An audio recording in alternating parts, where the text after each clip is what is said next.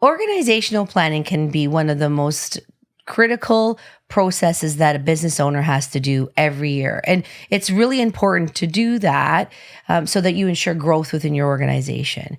So today I have invited my dear friend Nick Angellotti here to talk about this subject of organizational planning. Nick Angellotti is the managing partner and president of Williams and Partners Chartered Professional Accountants and Williams Meaden and Moore.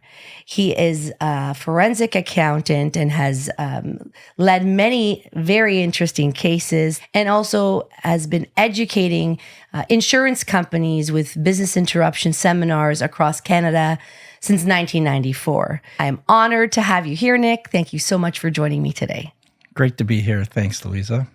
Thank you so much. And listen, let's just get started right into the question. So who do you think should be involved in that process? Who should be involved in the organizational planning process? Well, it depends also with the nature of the organization. But if it's a larger organization, it would be your EO group, starting with your CEO, like your chief executive officer. A smaller company, it would be your executive management team, if you will, and that's the people that should be a prime task for them. So it's not just on the business owner, is what you're saying. Correct. Good. Okay. And so, what would you say would be sort of the breakdown of that organizational planning process? How do we get started? Every organization has a heartbeat. Yes. And it's has a different set of arteries Okay. coming, how information is disseminated and communicated. But it's going to start with that EO group. And if you're the CEO, you got to look at what a CEO is responsible for. Okay. And a CEO is responsible for making sure the entity has a competitive strategy. Okay. And making sure that the management team is executing on that competitive strategy. Also, the allocation of capital to achieve the competitive strategy. Very important. And the final thing is the firm culture.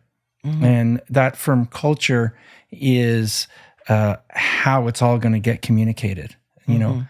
People often say, "What is culture?" Well, culture is what happens at the water cooler. Mm-hmm. It's how everybody feels about their organization and how things get done and accomplished. So there is no strict, do it this way, do it that way. It's how it works with the talent you have in your organization. So with the organizational planning process, we have to look at all those pieces. Do we just look at last year and sort of simply refresh it? Is there sort of a starting point? Are there certain key components that we're evaluating in order to sort of get started on embarking on this organizational process? Well, that's a really good question, Luisa. If you want your company to stagnate, just do everything you did last year. Mm-hmm. If you have some outward goals, looking ahead, that EO group should always be looking prospectively. Where do we want to be in our marketplace? What are the ways to grow business? It's not just increasing your sales, mm-hmm. right? There's a lot more to it. You have to look at, well, what is our customer base? How can we provide them more value? Okay, so charge them more for what we're doing. How can we increase the number of times we transact? Mm-hmm. Right? And then how are we efficient? And all these things kind of have to come together where you say, okay, what do we want to be? And then you will get your vision or your strategy from there. So once we've established that organizational plan, let's assume that we've done that. What's next? How do we execute it? And more importantly, ensure that we've achieved success in execution. Yeah. So that's the hardest part. Yeah. A lot of people know exactly what to do. Failure to implement is the plague of every organization. So the first thing that has to happen is you have to assign goals, roles, and responsibility. Mm-hmm. Okay. But that in itself is not enough. It's really the follow-up that's the key. Not meetings to talk about, we're going to do. Mm-hmm. It's the meetings as, okay, here's our objective. Here's how we're going to do it. Here's who's responsible.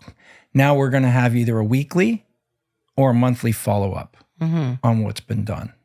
So holding people accountable to those actions to ensure its success. That's right. And, if everybody's excited about what's going on, I don't see it as holding accountable. I see it as reporting on, look what I found. We're going to do this. We're going to do that. Right? It shouldn't have to be a whipping process. That's like that's the culture piece you talked about, Exactly, right? It's being on a team that you want to win. That's right. That's right. Another kind of key thing is the goals cannot be numerous. We're talking 1 or 2. So it might be a big goal, a big stretch goal, as you like to call them. Yes. But you want to make sure that there's only 2 to 3 of them. If you got 5, probably nothing's going to get done. Because people get overwhelmed. It's just too big, right? It's got, in order to be you got to be always on it. And you know what they say, how do you eat an elephant?